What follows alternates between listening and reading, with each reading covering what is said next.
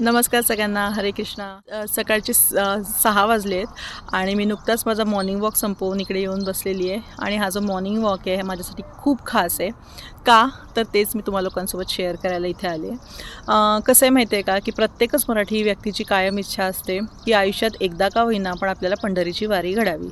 मात्र प्रत्येकालाच ती प्रत्येकच वेळी घडतेच असं नाही.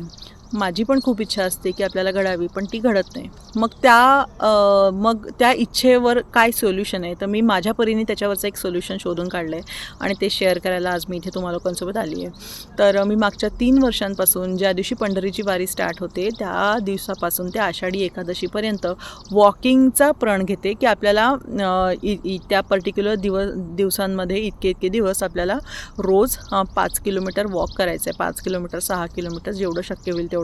आणि एका पर्टिक्युलर टाईमला निघते, एक पर्टिक्युलर डिस्टन्सपर्यंत चालताना मेक शुअर करते की आपल्या मुखात फक्त देवाचं नाव असावं, नामस्मरण असावं, रँडम टॉक्स नसावे किंवा रँडम व्हिडिओज गाणी आपण ऐकत नसावे.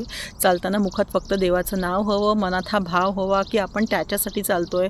आणि मग अशा वेळी मला माहिती आहे की हे करून मी पंढरीला पोचणार नाही आहे, मी पंढरपुरात पोचणार नाही आहे. मात्र माझा जो भाव आहे तो डेफिनेटली पंढरीनाथाला पोचणार आहे, हा मला विश्वास असतो.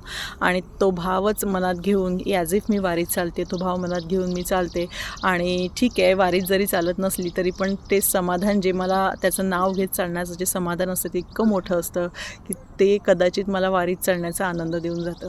तर हे मी माझ्या परीने शोधून काढलेलं सोल्युशन आहे. तुम्हाला जर का आवडलं ना हे सोल्युशन तर तुम्ही देखील नक्की फॉलो करू शकता. खूप छान वाटतं, याच्यातला मिळणारा आनंद खूप छान असतो, खूप मोठा असतो. तुम्ही ज्यावेळेला कराल तेव्हा तुम्हाला ते कळेल.